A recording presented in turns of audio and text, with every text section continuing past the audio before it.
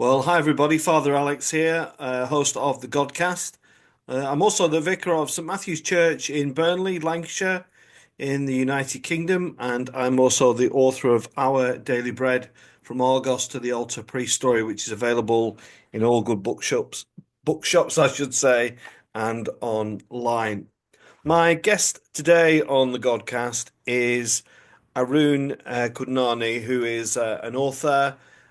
He's a political commentator, and we're going to be having a chat about recent events in both America and the United Kingdom. So I do hope you enjoy the discussion. If you do, then do check out my YouTube channel, and you can follow me there, or you can follow me on X at Alex DJ Frost, and you'll find numerous interviews there.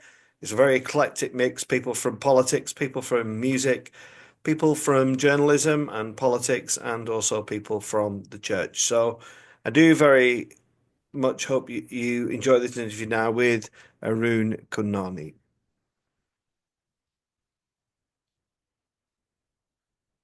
Absolutely. Well, I'm delighted to say that my guest on the Godcast this week is Arun Kundnani. Arun is a journalist and writer, English chap, but based in America. Arun, it's fabulous to get you on the Godcast. How are you? I'm great. Thanks for having me, Alex. Just to give some context to yourself, to people who might be thinking, who is this gentleman? Just explain how somebody goes from being based in the UK, living out. It's Philadelphia, isn't it, where you are? Is that right? I am, yeah, I'm in Yeah. Philly. Yeah. So how'd you get out there Um, then?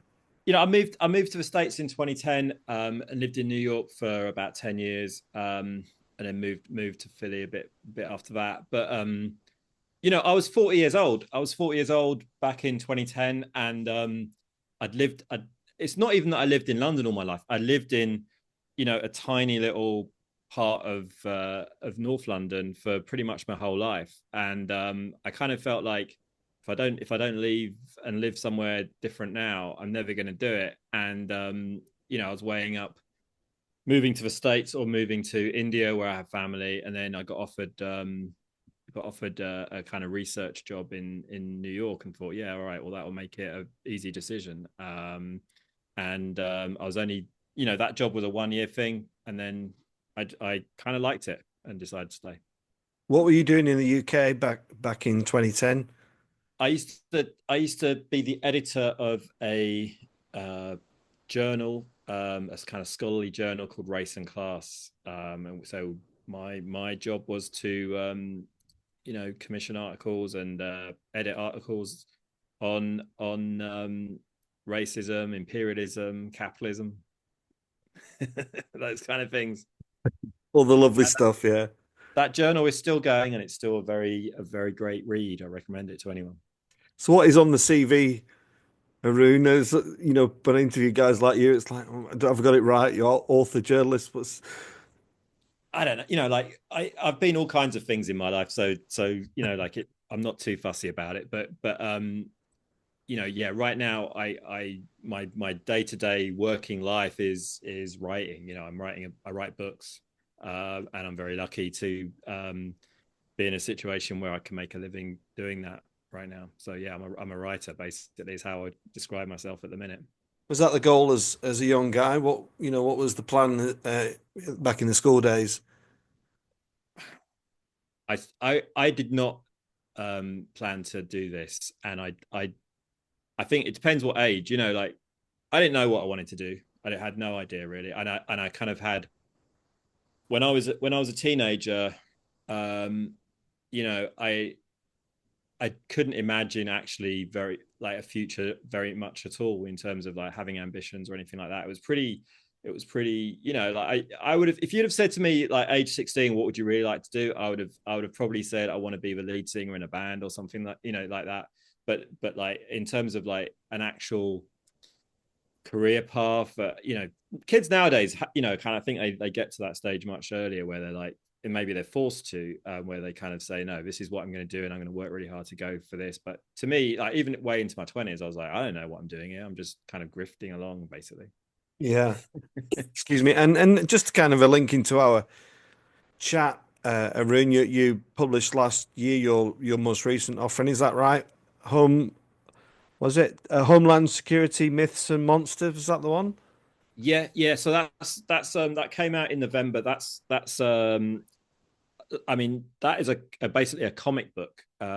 It's like a kind of thing I did with a graphic artist here in Philly called Anud Shrestha, who's a great artist. And so we came up with this idea of working together where we kind of come up with a little story to do with the Department of Homeland Security, and how it's a monster that is sprawling across the world. And so we came up with a little story, and he did the kind of comic illustrations for it, and so that came out towards the end of last year. Yeah, and received well. Yeah, that's a it's not one of my projects that like I'm seeing as something that is going to have a wide readership. It's a niche thing, and it's like a kind of fanzine almost, a small press. So nice kind of fun project. I really enjoyed doing it, and I hope a lot of people read it. You can get it from Common Notions Press, based in Philadelphia. But yeah, it's not the kind of thing that you're going to see when you walk into your Barnes and Noble in Times Square or something like that. No, no. But do you still? I mean, I'm very fortunate. I've published just one book, but do you still get Hmm. a buzz when it comes around to, getting the deal, getting the publication, getting it out there, seeing the first copy? I mean I do, yeah, of course. And the real buzz is when you get people like the unexpected people who've come across your book and read it and get something from it. And that yeah, that's much more exciting to me than the review somewhere or other, from the usual suspects, like the 18-year-old who's just read your book and it was meaningful to them is Mm, the most powerful thing. yeah, yeah, I definitely concur with that. Okay, well, as we record this, Arun, I'm looking in the corner. It's the 22nd of January, and Mr. Trump's been in office for just a matter of days. And things are the balls have well and truly been thrown up in the air already, haven't they? What's your kind of overriding assessment of what's going on in the States out there right now with this new president or this president again? Yeah. Well, I think of that image from a couple of days ago from the inauguration of the billionaires standing in a row next to Donald Trump. You had Bezos and Musk and Zuckerberg all up there, and to me that's the kind of most telling moment really for me. Is this is we're going to be on a ride, like the next few years it's going to be a ride. We're already seeing that, obviously, and it's going to be highly unpredictable. But the one prediction you can be sure of is that everything that Trump tries to do will be serving the interests of those billionaires who are standing next to him. Um, and I think we can get into why Trump won. We can get into the question of like what is what is so what is the problem with candidates like Kamala Harris, that means that they not very effective at defeating Trump. To me, um, we're in a very different situation now from 8 years ago when this happened the first time. The January 6th insurrection is hugely significant. It's if you the Republican Party embraced Donald Trump after January 6th, right? After the attempted coup, right? And Zuckerberg and Musk and Bezos and these people are embracing Trump after the January 6th coup. So we're no longer, like talking about the normal functioning of the system. We're in a different kind of phase. And I think, I think if you want to understand how we've got here, you've got to go back to when Trump first emerged as a political figure in the US, you know, like 2000 and beginning of 2015, when you know, people started to say maybe Trump's going to try and be the candidate in the Republican primary. You know, he was a joke at that point. You know, it was like the joke from the Simpsons episode, wasn't it? No one thought it was a serious thing. So what changed in the course of that year that turned him from the joke candidate to the serious contender? Well, it was when he announced the Muslim ban idea, right, at the end of 2015. And to me, you know, Trump is the war on terror coming home. You know, like to understand Trump, you have to understand what he's doing is he's making explicit in his policies and in his rhetoric what was already implicit in the way that the US works, right? Like the war on terror. You know, we were saying that there's this nebulous threat from Muslims around the world. We need to go after them with violence. The threat is so dangerous that we can justify destroying an entire country like Iraq, you know, killing 1 million people.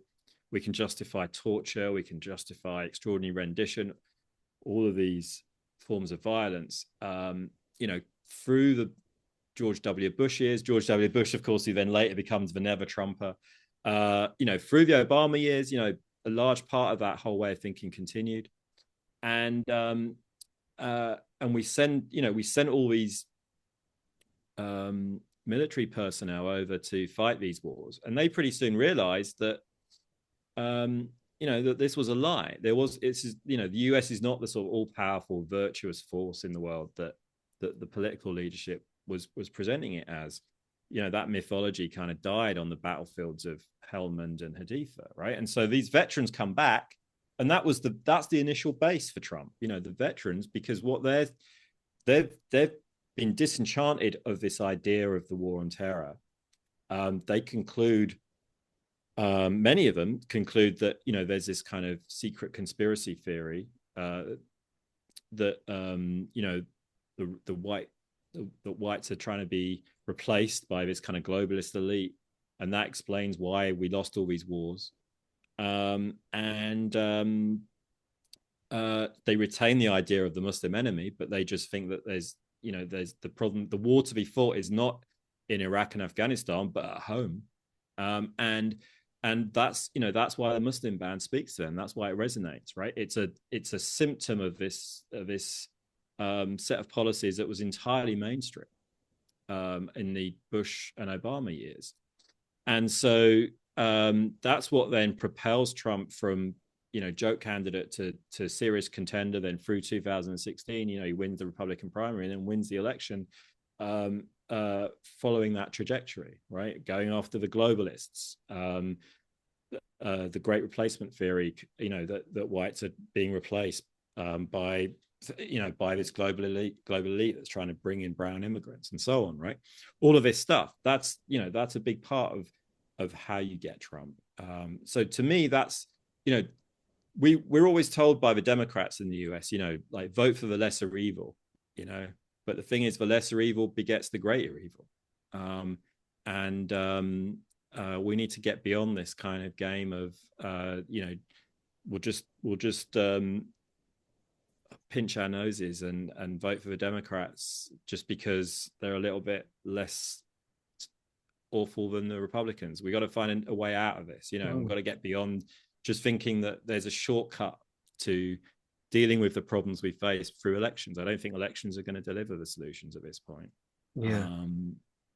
Arun, an irony for me is, you know, for people who are listening and not watching, I'm a priest. I'm doing this interview in my dog collar, and yesterday in church we prayed for the new administration in America, and I sensed some source of ridicule from people saying, "Oh my God, how could you possibly pray for Donald Trump?" And those prayers weren't coming from a supportive position.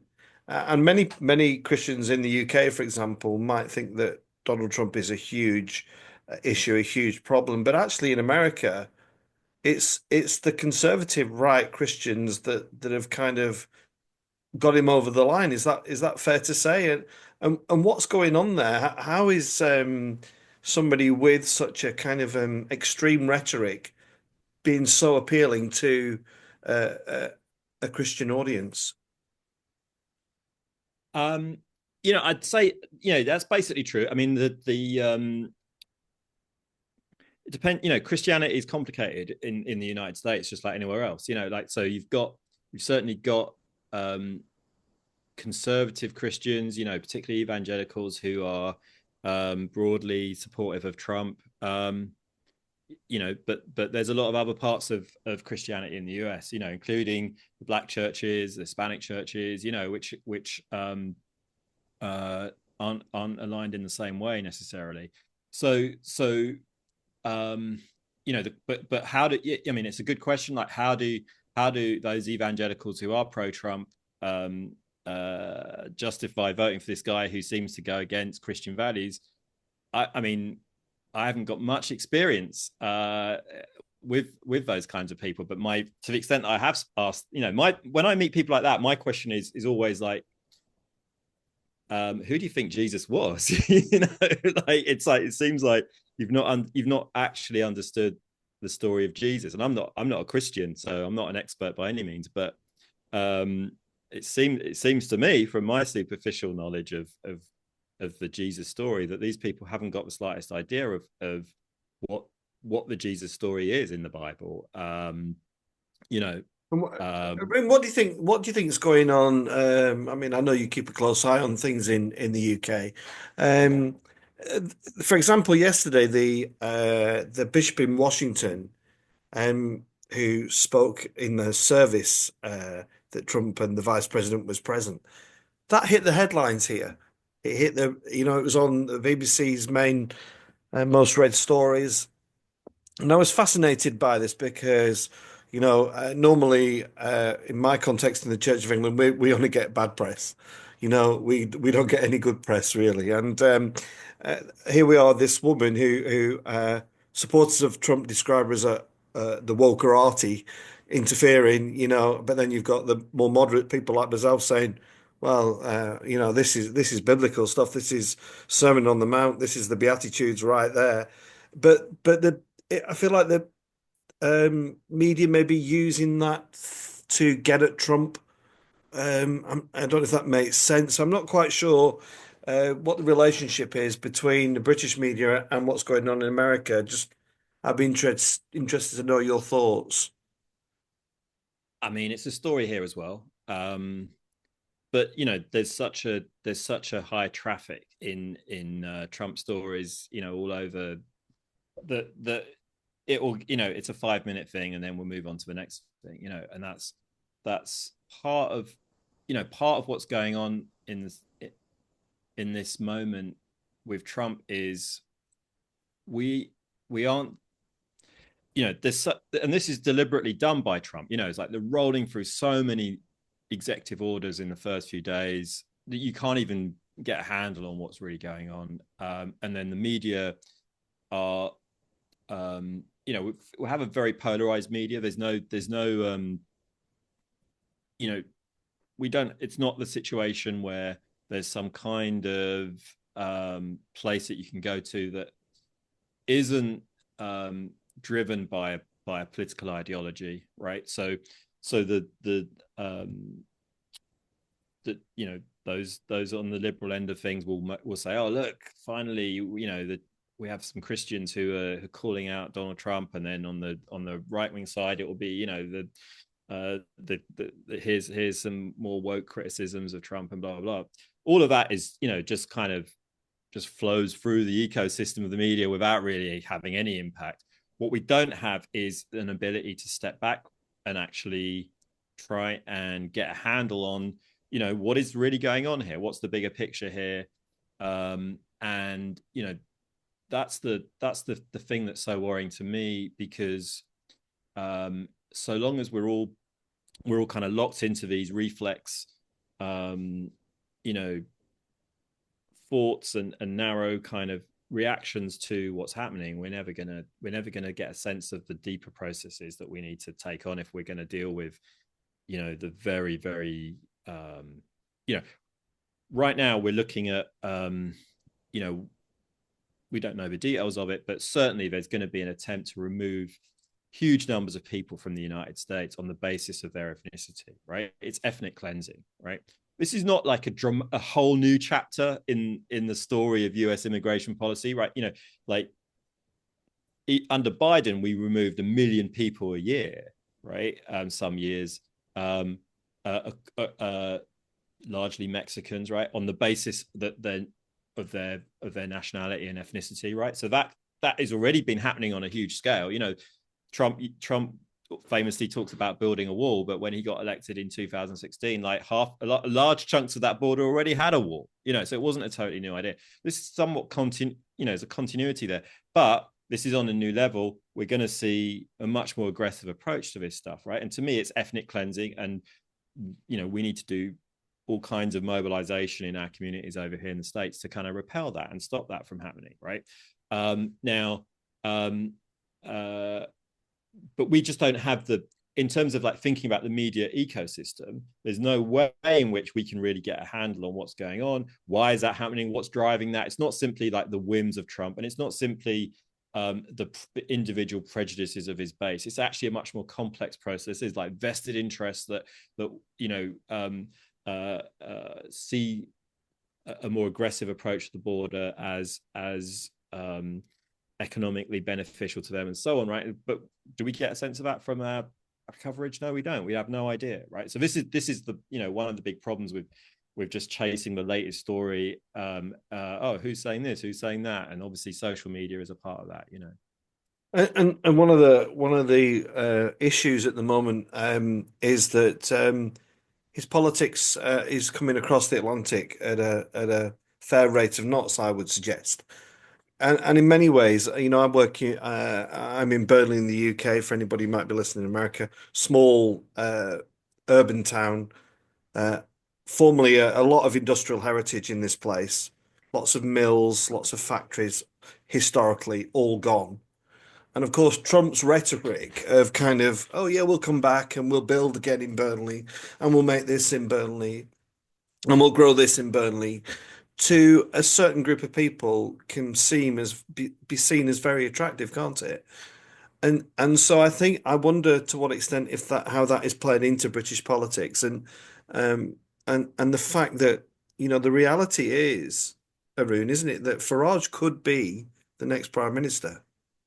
That there is a groundswell of support for reform, and so the British political establishment has got kind of a fourth party on its hands, but are now potentially going to be becoming the major opposition to Keir Starmer. I'm very interested to know some of your reflections on what I've just said.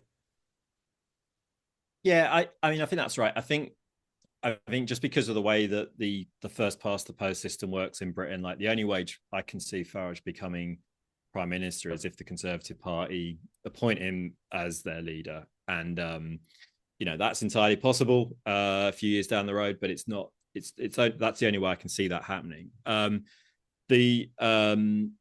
you're right. Like this is politically, this is global. This is not just the US with Trump. It's global, including in Britain. The far right. It's their time. It's their time, and they're breaking new ground politically all across the world. Whether you look at other parts of Europe, or whether you look at India, or whether you look at the Philippines, and so on. So I think when we try and make sense of that and why that is, I think whatever explanations we come up with have to also think about, well, if it's happening everywhere, then it's got to be something to do with the state of the world as a whole, and for me, I think some of it's going to be specific to specific countries. Like the Trump thing is like I say, I think is in large part to do with the kind of blowback from the war on terror. But I think the general thing around the world is that we've got to get our heads around is, if you go back to the 90s, right? The 90s, you know, like I'm in my 50s, right? So the 90s is a time that that I lived through and I can remember as an adult living through. And that, that was the last time, it seems to me, that politics felt like there was a stability to it and a consensus broadly, and so on and so on. And I'm a socialist, so to me that was the worst decade politically for socialists. You were totally on the margins, but there was a kind of stability to it, and the overwhelming message that we had in the 90s was, you're, as an individual, your role is to participate in the market, in the free market, and generate an income, and then through that you command the pleasures of whatever you can get through the market, right? And that was the story, and that was compelling enough for enough people. It was kind of livable. You could imagine that you would that story made sense, right, for enough people for it to be the official ideology of how the country was run. That was Blair, but also Cameron, right? And what we've got to think about is the unraveling of that, I think, right? The unraveling of that. Like, if you think about that story today, it's just not really, no one feels like, yeah, I mean, obviously, apart from a tiny wealthy elite, most regular people don't feel that makes sense anymore, right? I just go to work and I come home and I get to enjoy my life through what I can make, right? Most people, and this is even more true in the US than the Britain, but I'm sure it's true where you live in Burnley as well, Alex. Most people either are on the scrap heap, or they are working multiple jobs, 12 hours a day, 6 days a week, just to get by, just to basically pay the bills, and they don't have time to spend with their family and friends, because they're exhausted all the time, right? And then it's easy to understand why it feels like society is falling apart, right, in that situation, right? So what's happened is that the sort of official story of how our economy runs no longer makes sense to us. We can't live like that anymore. It doesn't feel plausible. At the same time, we've internalized from that period the idea that we don't have any social obligations to anyone else, right? Like, that's what we were told, like, it's everyone for themselves. We all compete with each other, trample over each other to get what we can. That idea, right, is still deeply in us, especially I think in my generation, but even across the ages, right? It's still in us. So what the far right are doing is they're kind of saying to people, what we've had in the last, firstly with the financial crisis, and then really massively with COVID, is this sense that we're not actually these kind of sovereign individuals who can command pleasures from the market anymore. We are dependent on all kinds of social and political and biological external things, right? So we've had this feeling of like, oh, I've been told that I'm just this private individual, but suddenly I feel like completely dependent on all these other things. And the far right come along and say, this is something you shouldn't have to feel, right? You shouldn't have to feel dependent on anyone. And anyone who tries to make you feel like you've got these social obligations to other people, it's the woke mob, right? And so instead, you should feel like you can enjoy racial and gender domination over others, not be dependent on others, right? And that seems to me the core appeal of Trump, or far right in Britain, whether it's Reform, or these guys online like Andrew Tate, with their kind of masculinity stuff. It's like, enjoy the pleasure of the fantasy of restoring your control over the world, right? That was promised to you in these earlier periods, but doesn't feel like is real anymore, right? So that in the end is not going to be it. The reason it's powerful is because it connects with the values that we were taught by the kind of free market ideology, but at the same time, it speaks to the ruins of that free market ideology, right? That's why it's the perfect kind of politics for our time. But of course, it doesn't it doesn't solve the problem, because it becomes just a way for the billion, the world is designed for the billionaire class, and this stuff just enables them to continue having the whole world designed for their needs, right? It's not a genuine transformation of anything, as you can see when you see who's standing next to Trump at the inauguration. Yeah, it's really fascinating what you've said there, because I think what you've articulated is what many people want to hear politicians articulate, and maybe it's something to do with the way the media is that there's a very small window of opportunity to do that, isn't there? It's like maybe on BBC or Sky, whatever it is here. These guys get literally 2 or 3 minutes, and whilst this unraveling is going on, while the political elite establish how to do it, we have something like Southport, where um, if you put the tragedy to one side, and my goodness, it was a tragedy. What happened next was just, I still can't understand it. But Mm. there was violence across the country, and people were ringing me and saying, "I'm scared we're going to be all right," and I was saying, "I think so," but I wasn't certain, and we were expecting rallies at parks that never materialized. What's going on there, Arun? That's kind of throwing our structures and our general, things like this affect people's mental well-being, doesn't it? Yeah. you know I mean, I must say, when I watch that stuff, obviously, because nowadays you can almost just watch this stuff on social media live, and you get the videos coming through. And so I mean, I think it's different if you're actually on the ground in the country, and I wasn't. So that's a caveat on anything I'm going to say. But like, watching those videos, the thing that struck me was, because I've been involved in um, anti-fascist politics, for most of my adult life, and in Britain for decades. I'm pretty familiar with these kind of situations, right? Where you get a kind of far right wing organized group that turns up in, for me it would be very familiar for us to confront one of these far right groups that's trying to organize an action in an Asian neighborhood, and stir things up that way, and we would confront them and try and protect that community. I've been on the ground in those kind of situations.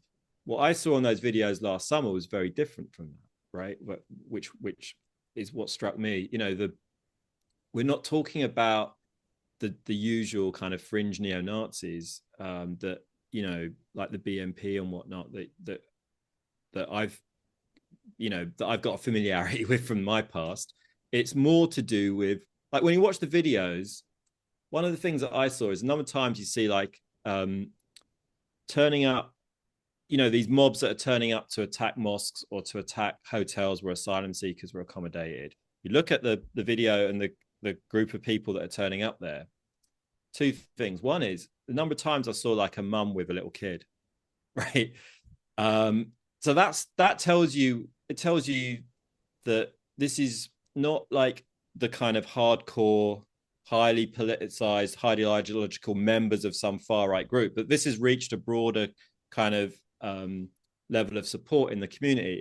If it's like a fucking family day out of a lynching, you know what I mean? Like, that's what it's like to me. It's like that kind of thing from the history of the Deep South in the US, because they had murderous intent. They were going to these places to set them on fire, knowing full well that they could easily have killed someone, right? To me, it's a lynching, and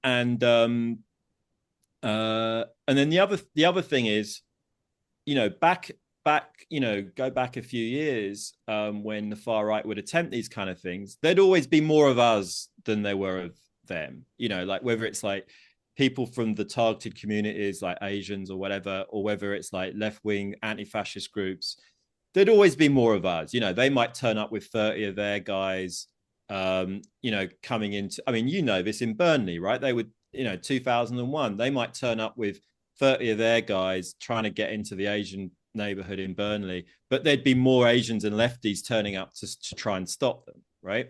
That didn't happen last summer. right? Last summer, they outnumbered people on what I consider to be my side, right? I'd never seen that before. So that, that's kind of, and when I kind of talk to people in Britain about what that was about, I think there's a growing fragmentation on the left and in the kind of communities of color in Britain. So a lot of if you've got one of these things happening at a hotel in say somewhere like Telford, you've got pretty near large numbers of Black people and Asian people who I think in the past there'd been a certain section of those communities that would have mobilized and said, oh no, if they're going to attack a mosque or something like that in Telford, we're going to roll up and try and help out our brothers and sisters in that community, right? But that's less and less true. That sense of solidarity is less and less there. The sense that, oh, actually, this is not my problem, right? Has taken hold, I'm afraid, of a lot of us, right, on from all backgrounds. So that's part of it. What is leading to to these far right mobilizations? I think again, it's like some of what I was talking about before, like that sense of the masculinity politics is central to it. For a lot of people, I think is it's this sense of by joining this, what this politics offers, I think, for a lot of young men is this sense of like restoring control, right, in a world that feels out of control, and in a situation where they've been told they have the right to be these sovereign individuals who have control over their own ability to enjoy life and so on, and they don't feel that, and so it's like this is how you get it back, right? You join in this movement that will offer you the pleasures once again of racial and gender domination, right? And the story is that you've been sold out by this woke elite who are bringing in these people to undermine the integrity of the nation, like that kind of stuff. That's old, obviously. That's a very old story that goes back, all the way back to Enoch Powell and so on. But the form it takes today is really thriving in the context of this kind of collapse of the kind of official story of the kind of economic arrangement that was supposed to work for us. So I think. So, Arun, where do you think the response needs to be from the new Labour government? I've had people like John McDonnell and David Osland have been on my podcast, and maybe even go as far to saying they don't even recognise the Labour Party as a socialist party anymore. What's the challenges for Starmer now in the next few years to kind of bring some sort of normality? I don't think that's the right word, but maybe some stability to politics.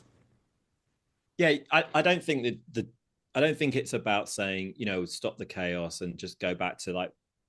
I think this is the problem. Yeah, is that we on the the sort of center left of kind of Keir Starmer or in the US, the kind of Kamala Harris and Joe Biden, what their message is like, can we just go back to the the more stable status quo from 10, 20 years ago or whatever, whatever it is. So ironically, everyone thinks that Trump is the one who's talking about going back to the past, make America great again, like he's trading on nostalgia. But actually, I think it's the sort of center left or the liberals who are trading on nostalgia, right? And it's a futile nostalgia, right? That we can't just go back like that, right? We've got to what we've got to do is, like, I don't see a solution to these challenges that is about shortcuts in terms of just getting in the right people elected or anything like that. I think we have to take a step back and think about how at the level of like everyday communities, we start to rebuild the collectivist values, right? Those values of mutual obligation to each other that have been traduced and buried through since the 1980s, right? The Thatcher years, the Blair years, all of that time that basically said, it's about private accumulation of wealth. That's what this society is organized around, and that it's the failure of that we're really dealing with. Like, we're in the rubble and the ruins of that project, and the only way out of it is for us to rediscover the kind of more collectivist values that animated, the kind of movements that we would have seen 100 years ago. We can't go back, but we can go forward by rebuilding those values, right? We need to, and there's no way of doing that through through elections, because at the end of the day, elections are, they're statistical exercises that are about accumulating individual preferences, right? The Labour Party used to be, if you go back a few decades, the Labour Party used to be more than just a vehicle for winning elections. It used to be a place where communities came together to talk about what their needs were and to try and do this thing that's really rare in our world today, which is groups of people coming together as equals to talk about and figure out, how do we build the kinds of social and political and economic institutions that we need to make the lives of our children and grandchildren better than our own lives, right? Like, it's a long-term thing. That's what the Labour Party was in its heyday, right? And the results weren't always perfect. It's like all kinds of criticisms you can make of that period, but at the level of ordinary people coming together, there's something beautiful about that, right? We don't have that in the Labour Party anymore. We got maybe a little taste of it for a moment with the Jeremy Corbyn period. I don't want to kind of relitigate that whole thing, but like, one of the things that it did do that I don't think is deniable is lots of ordinary people suddenly felt like they had a space where they could do this very rare thing of coming together as equals to engage in collective political decision making, right? Whether it's the local Labour Party members in a meeting or whatever it is, right? Trade unions, obviously, in the past have been one of those places where that happens, less so nowadays. And it doesn't have to be, it could be anywhere. It could be a workplace. It could be just, groups of people coming together to form organizations around whatever, they have identified as a priority for them. But we need to rediscover that sense of that we can actually, as human beings, make collective decisions, right? That's what the system's constantly telling us we can't do. Whether it's for technocrats like Keir Starmer, who's just trying to tell us, no, we'll just, be the grown-up, sensible people running the country, and you don't need to really kind of, you want to just get on with your lives and not participate in that. We're just going to run things in this technocratic way. And, from them on the one hand, or on the other hand, the idea from the far right that, actually we can't come together as equals because, because human nature is a power struggle, right? And there's never any possibility of human beings actually, being thought of as equal just by virtue of them being human. So, but on both sides, they both deny this thing that we need, right? Which is collective human decision making, right? Collective human decision making. That's the values that we need to rebuild, not just in the abstract, but to make them again a part of our everyday lives. And we can't do that except through, it's not going to happen on social media, right? Social media, again, is another of these things where it's competition for attention, right? And so we're pitted against each other. The only way we can do it is, literally doing that, community organizing, right? Building relationships, talking to people, door knocking, working on street corners, whether it's, churches, whether it's community organizations of another kind, right? That's where it has to be done. And then we build up from that. And it's a long-term project, it's going to take a long time, but it's about our kids and our grandchildren. Well, it's probably a good place to finish, Arun. I mean, it's been fascinating listening to your insights, and I'm very grateful for your time. But young people worry, don't they? They kind of worry about what they see, and I suppose I'm a Christian minister who's not advocating any kind of pagan practices. But if you had a crystal ball, Arun, 5 years down the line with two new heads of government in America and the UK, what do you reckon? Do you think we'll be in a better place, or subsequently a lot worse? Well, I think it will be both. Like I think we'll see. I mean, obviously, what I'm hoping is that some of the kind of things that I was just talking about emerge and start to get momentum, and we build up, a more organized, stronger kind of socialist politics in Britain and the United States, and that starts to have some independent organizational form. I think we will see some stuff like that, and it might not be explicitly labeled as socialist, but I think in a country like Britain, you're going to see, I think, more and more initiatives of people trying to find alternatives outside of electoral politics and outside of the Labour Party, and same in the States. I think we're going to see more and more. Don't forget the last. It's only a few years ago, like 2020, that we had the largest mass movement in US history by numbers of participants, which was the Black Lives Matter uprisings. After George Floyd, and then in the last 16 months or so, we've had this very widespread mobilization in solidarity with the Palestinians in the US. And young people involved in these movements. They're not, you don't, I don't think you get involved in these movements, and then when they kind of, when you either win something or for whatever reason the movement disintegrates, you don't just kind of go back to your normal life anymore, right? These things are deeply emotional, and they stay with you, and then shape you through the rest of your life. And I think there's something about that means that we'll see more and more attempts to build these kind of socialist projects outside of the mainstream. At the same time, the world is also disintegrating, right? So you can see that in Los Angeles right now, right? We're on fire. We're literally on fire. The planet's no longer able to sustain what we're trying to do. And so,